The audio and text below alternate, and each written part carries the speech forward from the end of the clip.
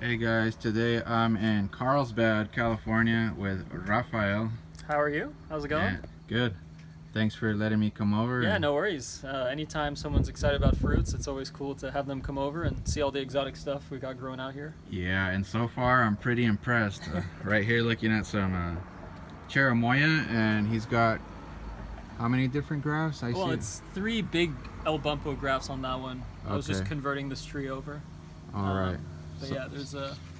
I wouldn't say that my Anonas are my rarest things that I have, you know? I'm more impressed by like my mangoes and stuff. I got like the nice Okay. designer ones, the contemporary varieties from Florida and stuff like that. Yeah, oh nice. Like the sweet tart, peach cobbler, you know, all that good stuff. Coconut cream is down there. Okay, we want to see those in a bit, but Yeah. check these out. This was the It's a canister. Canistel, and then Mamey in the middle there. That's pretty cool because Mamey, I heard Mamey's one of the harder tropical fruit trees to grow in this area. We're in Southern California, zone 10 here, right? Yeah. Yeah. Let me see what I skipped over here. There's kind of a boring peach here. Below that's kind of a low quad. Low quad. Yeah, there's okay. the front. It kind of gets more crazy and exotic towards the back. Towards the back. Yeah. Okay. This is cool though, Jaboticaba. Yeah, this one. It needs. I don't know if it needs fertilizer or if. I guess it's growing okay, but I would like it to be a little less chloritic, you know. Yeah. But yeah, I mean it's a Okay. pretty big one, Sabra, and it has not fruited yet. So if you ever want to see how long they take, you can show them the trunk and be like, that's still not. You're still not getting fruit yet with a trunk that big.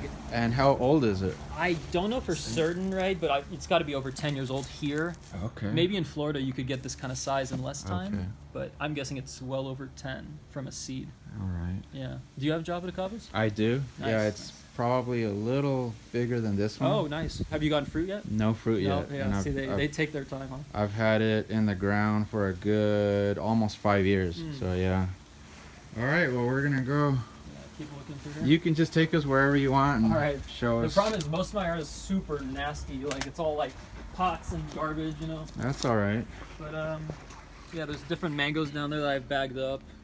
These are all, it's all grafted, this stuff, you know. The middle one, the big one, is a sweet tart.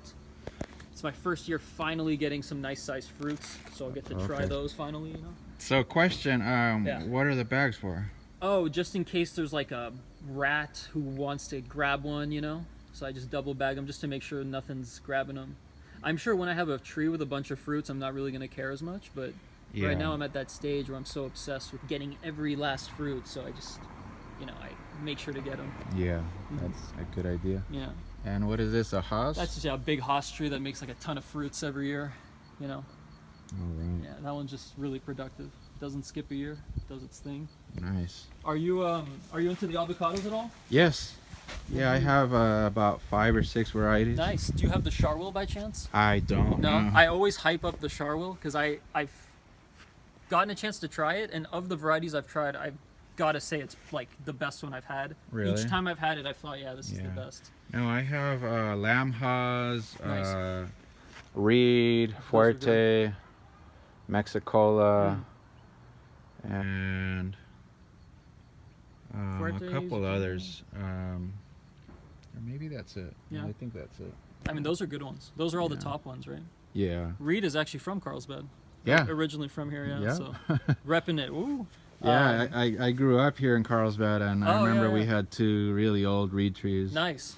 Yeah. Yeah, That's, so it's one of my favorite. I'm yeah. guessing they're acclimated well here, but Yes. they must be, right? But When I see you have a graft yeah, on there. huh? this is all grafted. This whole tree, it's got different stuff. This is Surprise. Yeah. This big long stalk. Oh, that's a good one. Yeah, and then the one behind it, the big giant shoot, that's my Charwil graft. Yeah. That started as just a little stick a year and a Okay. half ago.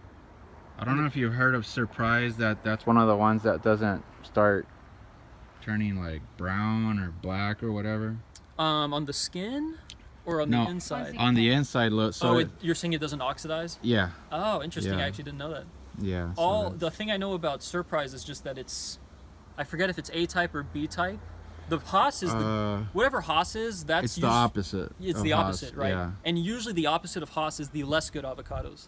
So Surprise Okay, is an example yeah. of one that provides a really good fruit that is of the alternative flowering It's sequence. bee flowering, right? Yeah, Bee flower. Yeah. I wouldn't quote myself on that, right? Yeah. But yeah, so Okay. there's that. I've got my dragon fruits going all the time. There's my little Yeah. black sapote tree kind of nestled in Oh, there it between. is. Oh, it's got some. Yeah, it's loaded up pretty good this year. So Yeah, nice. I've gotten a couple fruits, but they never get too big. So I'm wondering if it's the size of the tree maybe that's keeping it kind of small or whatnot. Probably. It's still Yeah. it's still a pretty small tree. Yeah, they grow slow. Yeah. How many years did it take to fruit? Honestly, I bought it about half that size, and it had one fruit Okay. when I bought it. Okay. So I don't know when it began. All It was right. already going when I got it. Yeah, mine had fruit on it when I bought it. It was a 15-gallon size. Mm. But then when I planted it, for the next like 3 years, it just flowered and it would just drop all the flowers. Really? And finally, about a year ago, it set Nice. a bunch of fruit. Cool. Yeah. I'm gonna get to try that fruit too. Yeah, Yeah, that was and very gracious of you. I I appreciate like it. I like your trellis. Yeah, I thought like For I'd get a little dragon more. fruit. You get a little more surface area on top when you do the long Yeah. instead of doing these individual squares here. Yeah. Nice. But yeah, no, the whole dragon fruit. I've been going crazy with the dragon fruit lately. Because I know so many people now in the exotic fruit world around Yeah. here. Some guy was like, he was trying to get rid of really old mature dragon fruit plants. Yeah. And these are some of these here. If you Okay. look like, this is like a voodoo child that's like well over 10 years old. And you can tell the Really? trunk of it, it's like starting to look real beat up and all that. But this is like a new growth that came off. This is a new growth. So, oh, it's got a couple fruits, but I'll see how that goes. And then that dark star over there, beyond that shovel, you can see is another really old. Like, it's hard to find a dragon fruit plant that old, you know? Yeah. And what's that little tree in the corner? Oh, that's there? a lychee getting devoured by Oh. what is that? I forget my critters or whatever, but that's the Okay. cotton something. Okay. That bug, mealy bug, all over it. Yeah. Down there, I've got like a parafionca pomegranate. I don't know if Oh, I heard that's the best variety. yeah. So you see the fruit on there? I've got my first fruit. If you want to like slide this way to me. Yeah. Yeah, Oh, tell me you can see nice. that fruit hanging. Hopefully, it's as good as they say. It's Right there. yeah. Well, I watch Dave Wilson. Hmm. Forgot his name, but he works for Dave Wilson Nursery. Yeah, I know. I've seen that guy. Yeah, and he visited orchard of pomegranates, and he tried a whole bunch of them. I saw and, the video. yeah, and I know the he's- exact video. I've watched it a couple times. Even. and he says that one's the best. Yeah. and he knows a lot about fruits, so Mhm. I'm pretty sure he's I heard for he's right on. Yeah, This is the red one. yeah. Although this one got, I think the rain did something to it Yeah, because it's exploding in different directions. But yeah. this I planted it from. It's like the one that's over 10 years old. Yeah. You know, I'm not expecting great fruit from it. Although I did get a couple monsters that were like 21 bricks. Yeah. So Now, they were really good. When you're gonna plant something, do you just plant it wherever, or do you look at microclimate here? Or? I live in a pretty lucky spot. Like if you see out there, we're high up, but there's still a hill, like a big mound. So we're kind of on a midway point, Yeah. and then it all slopes downhill from here. So Yeah. I have a theory that all the cold air drains down Oh, because that's- cold air lowers, right, and hot air That's rises. true. So Yeah. maybe I'm talking out my ass. Who knows, right?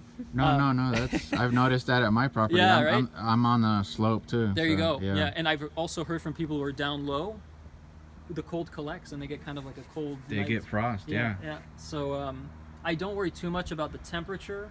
The only thing I really worry about is just sunlight. Yeah. Like, will the thing get enough sun? And these avocados, I think it's a perfect location because they're getting all morning Oh, yeah. morning sun. Yeah, the and, sun rises literally here and then Yeah. comes all the way over the top and sets. Yeah, they're getting a little bit of afternoon shade. Yeah, So. yeah. Oh, and then a bunch of bananas Yeah, too. there's some banana. Yeah, they've put out some fruit. Would you happen to have ice cream? I do not. No? I was looking into it, but what swayed me away from it was the need for a stake. Supposedly when it fruits, it doesn't have the strength to hold up the banana cluster, so you need to have a okay. little, kind of like what I had to Yeah. do here. Yeah. This one, unfortunately, I don't know the name of it. It was a mislabel. I thought it was going to be a praying hands, Yeah. but it's not. But it grows well, so Yeah. I'm not sure Wow. what to do with it. Look at all that dragon fruit here. Yeah, this is sort of a byproduct of those big plants I got. Yeah. You should have seen what they looked like. They were so big I couldn't fit them into my car. I was left to like chop and chop and chop, and I was just like, what do I do with all these cuttings, right? So I figured why not try and like root them up and try and sell them a bit. So. Yeah. Nice, man. There's a really old Halley's Comet that I also got from that guy. You can see the age on that. Oh yeah. And you can see the aerial root coming off the side. It's living, through that giant aerial root right there. Wow. And that goes all the way into like a deep root system at the bottom. Wow. And yeah, the new growth is springing out of the top there. And I think looks like it's going to train decently. Now, are most of your varieties self-pollinating, or do you have to cross-pollinate? I'd say it's half and half. Some are self-fertile, some are self-sterile. Unfortunately, some of the best tasting ones are self-sterile. Like the Dark Star, Physical Graffiti, Purple Haze. Most people would say those are the best tasting varieties, the big purple hybrids. But all of those require pollination from another variety. From a different plant, right? Yeah. Okay. Yeah. Although Sugar Dragon is one of those that is a universal pollinator and is like really tasty, but it makes kind of a smaller fruit. But it makes loads of them, so it's a give and take. Tips for dragon fruit: the obvious thing is the trellis system. Yeah. Anytime you're going to want fruit production, you need the plant to kind of be doing that. Like flopping over, it needs to be in that flopped stage. Like a weeping mulberry. Exactly, right? It's got to have that shape going on. So once you have that, it's going to start telling the plant it's time to make a lot of fruit. Yeah. I can show you cleaner examples on the other side when we get there of some like traditional trellis systems with a nice drooping system, kind of like that one. But what else you need is well-draining soil. One of the only issues you'll have growing dragon fruit, other than cold temperatures, is rot. If you have too much moisture touching the dragon fruit constantly, you're gonna have it rot away. Like down in here, you're gonna see it's just like melts. The green stuff will melt away. Okay. I heard from someone, I can't remember where I heard, but it's a good idea to add some perlite right around the around the actual plant. That's not a bad idea. I wouldn't do it because I'm too lazy. Yeah. But it is a really good idea. If you do that, you're going to reduce the chances of having any rot on the tree by like a good margin. And something this I'd say is a general concept for a lot of potted plants, especially like a perennial potted plant, something that's going to be there for many, many years, like trees and things like that. Yeah. People put too much organic matter in the soil. What happens with organic matter, it breaks down into dust. And you ever try to water a pot that you've had for many years, and it's like all the water just kind of like doesn't soak into the soil, it just kind of drips out the sides. Yeah. It's like the eternal struggle of gardeners, right? Yeah. One of the biggest problems that causes that is that high organic content. Okay. So the trick is try to get as much perlite, although perlite can break down too, so it's not perfect, but it's lightweight, so I like to use it. And then pumice and sand. Getting those things, you still need some organic matter, but having as much of that stuff in there, as much grit as possible, keeps your mix, your soil that your plant is growing in, it keeps it nice and aerated. And people don't understand, but there's roots need a lot of oxygen. That's like one of the key aspects. They need to be able to breathe through oxygen, and then the water comes in, and it's you want to create that cyclical action. So that's another thing I've noticed is when you put too much organic matter in your pots, is worms devour it. Yeah, so for sure. Yeah, it turns into all of a sudden, it's like halfway filled. Yeah, no, definitely. So you gotta. And that's because all the air is disappearing. All the air pockets you had from all those big pieces are breaking down, and it's becoming a nice brick. Right. That you can't grow in too well. Other tips for dragon fruit: they don't want full sun all day long, especially if you're inland California. Okay. We're kind of on the borderline of coastal and inland here. Yeah. So you ultimately can get away with it most places, but you will start to see sunburn on some of the plants. It just comes across as like a very pale yellow kind of a. So what's better then? Do you think morning sun or afternoon or? Probably afternoon. It's tricky because it's like when you have a lot of sun, you get a lot of fruit production. People, they kind of stress their plants out to get maximum production. Have you ever noticed people doing that? There's like different strategies for it. Like you'll see with a jabba, they're not getting fruit production, so they'll wrap a metal wire and tighten it around a limb to kind of induce some sort of like response from it. Or I've heard people like, pounding nails into exactly. Yeah, into pounding the nails, trunk of the screws, trees. all that stuff, So you're just trying to get that like hormonal response from the plant. Get the plant stressed out and wanting to reproduce. Exactly. It's like, I got to get out of here and get some kids going, right? Boom. Yeah. Right. So that's something that I wonder with the sun damage, right? Maybe the extra sun is actually giving it more fruit production. Yeah. A lot of my plants are still growing, still getting bigger, so they're not at that stage where they're able to produce lots of fruit.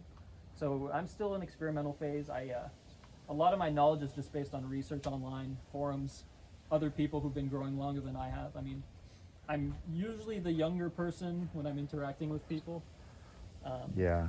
Yeah, most guys have been doing this for quite a long time. So Yeah. now we're at probably the most jam-packed part of my yard. But as you can see here, there's a few other examples of like how dragon fruit trellises kind of work. Oh yeah. Yeah, you can see here the sugar dragon actually has some fruits on there that look like they're getting pretty ripe. But you can see how it droops over, and then from that drooping, that's where you get the flowering and fruiting action. There's a branch over there that had 5 fruits on it. Of course, I ate them all, but yeah, they were quite good.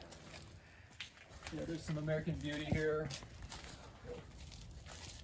But yeah, I mean, that's you'll see this trellis design pretty commonly. The way I do it, it's a little too buried. Maybe I'll use a different example. Okay. This one. Sorry, I also do a little bit of bonsai. You can see here, this is a pretty good example where you can go to Home Depot and buy a cinder block. It's called a pier block. They make smaller sizes if you want to do it in a pot. If you want to get one of those, they don't usually have them at Home Depot. You'd have to go to Dixie Line. All right. That's a little trick for anyone looking for those. I had to go through that process of trying to find them. But yeah, this is great because wood will rot underground. Yeah. Being able to elevate it out of the ground is like pretty crucial to me. It just creates like a much more long-term plant that's just gonna like, you won't have to worry about it tipping and falling over. So yeah, it's I've trimmed this one recently, so it had a lot more growth on it, but yeah, you can see a nice fruit on here. Yeah. You can take those off. And are dragon fruit pretty much all the same size, or are some varieties bigger, some are smaller? Or Oh, what? there's a lot of variation. Yeah, This would be okay. considered a pretty small fruit. Yeah. This is going to be like way under a pound, right? Like probably 6 to 8 ounces maybe. Yeah. They get up to over a pound, maybe closer to 2 pounds. I could maybe send you some pictures of some big fruits I've gotten, like the Dark Star and stuff. But yeah, Okay. they definitely get closer to 2 pounds. And the bigger the fruit gets, not to confuse, but the bigger the fruit gets, the sweeter it's going to be, right? That's Okay. generally the rule, right? It's usually like Yeah. the plant's healthier, it's able to produce a bibigger fruit. Of course, this is like a much smaller fruit, but it's incredibly sweet. They call it sugar dragon. That was coined by Linda Nickerson up in Fallbrook, I think. Might be confusing where she lives, but yeah, she coined the name, and that makes a really sweet fruit. It gets to almost like 20% sugar. I'm sure you could get it up there. So Nice. yeah, it's just within the genetic, within the variety, the bigger the fruit, the better it's going to be. That's tends to be the rule. That's why you'll see when Okay. you buy dragon fruit, the bigger the fruit is, the more it usually costs. Not just a weight thing, but the actual quality's higher. Yeah. So yeah, got some Colombian yellow. This one's like kind of a bit harder to find. A lot of people look for the yellow dragon fruit.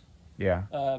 I think the reason why is because yellow dragon fruit has a much higher sugar content than the white Vietnam, which is usually what people get at the store.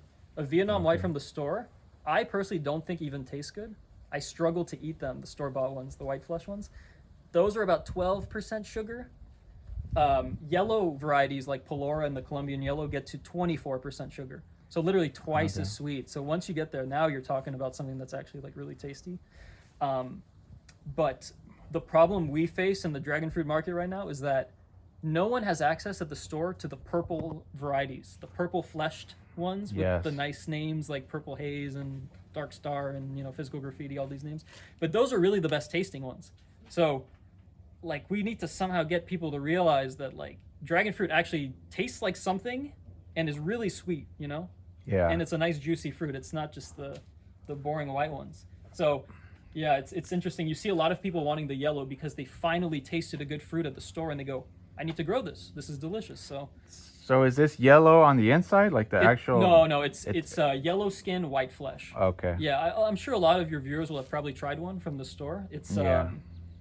The seeds are kind of big, but usually the one they try from the store is called the Pelora. This is not the Pelora. This is a Colombian yellow. They're genetically similar, but they're still somewhat different. Their growth patterns like much different. You know, they're definitely not the same. Do you know if there are any that are actually yellow on the inside? Not that I know of, Okay.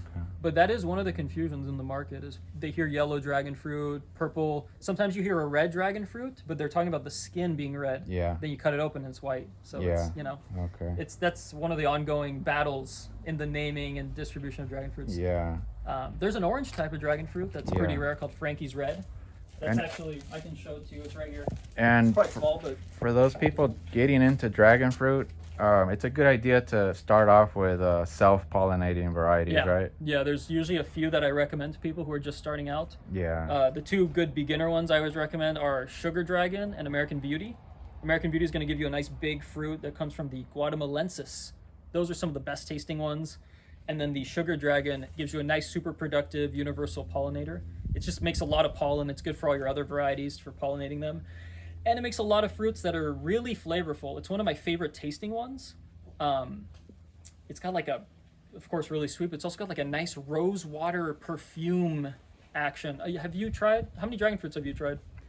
Not that many. Not that many? Just the basic, red on the inside, white on the inside. Store-bought?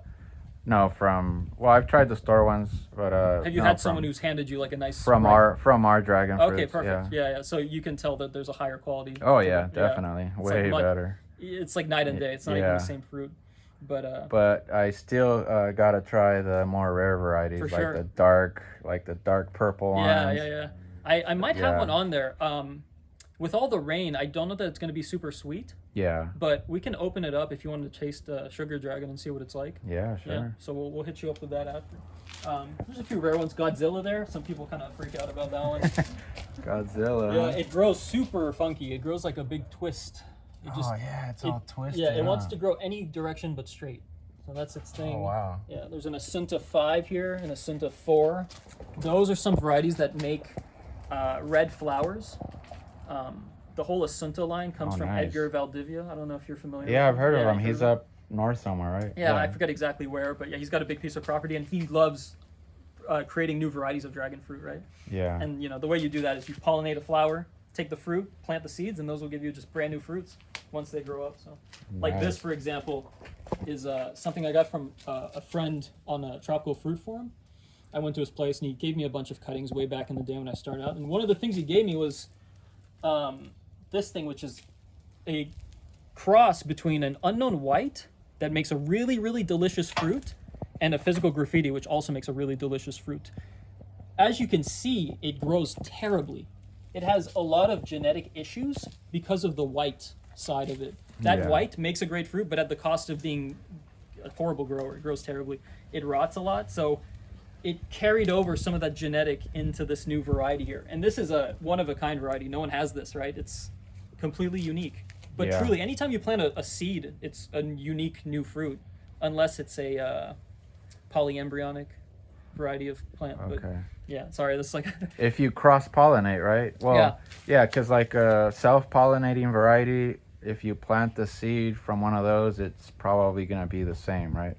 I don't know for certain because Yeah. I'm not an expert, caveat, but I would think it's either going to be the same or very, very similar.